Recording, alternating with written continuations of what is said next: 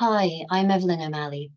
Thank you to the Society for Renaissance Studies for this opportunity to share Weathering Shakespeare audiences and open-air performance with you. As the whirl of living in the Anthropocene sediments into just another epistemological layer, Weathering Shakespeare considers what theatre audiences for outdoor performances of Shakespeare's plays might tell us about environmental cultures, beyond conjuring the image of a soggy gathering, stoically enduring a Midsummer Night's Dream as the tide comes in. It asks what might matter ecologically in responses to these popular theatrical events.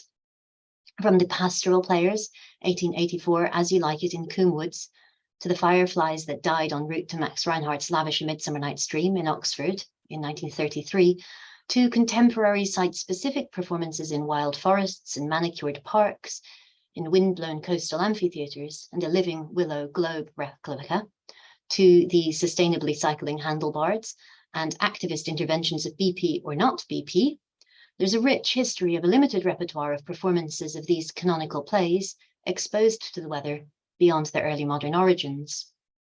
Richard maybe refers to our muddled adaptations to a changing climate as a tragicomic street theatre of daily coping, noticing the performative nature of weathering as a quotidian practice, often associated with national identity. Across the historical period of this book, Weathering Shakespeare finds that theatrical productions instigate performances of weathering as a set of physical and discursive practices from theatregoers, enacted with spoken utterances and gestures. The weather becomes an important part of the lived theatre experience, highlighting exposure and profoundly affecting how people respond to and remember the plays. Next to The End of the World, Shakespeare performed outdoors is frivolous. Humans are mostly muddling along in the weather as the Earth's climate changes.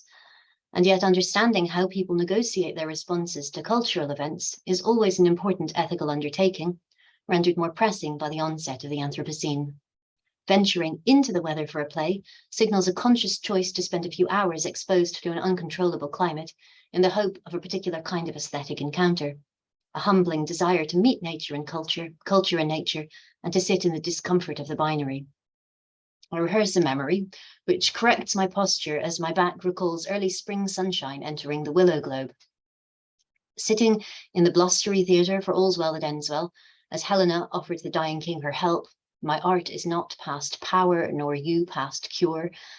This audience member wholeheartedly allowed herself to hear what she wanted in the Shakespeare, that Helena could be speaking to us and offering a magical fix, that for a few breaths in a living willow theatre in Wales, we could inhabit a future as well as a past, that the seasons had not yet altered so far beyond repair that summer was not still on its way, that words might still have power and we might still be cured.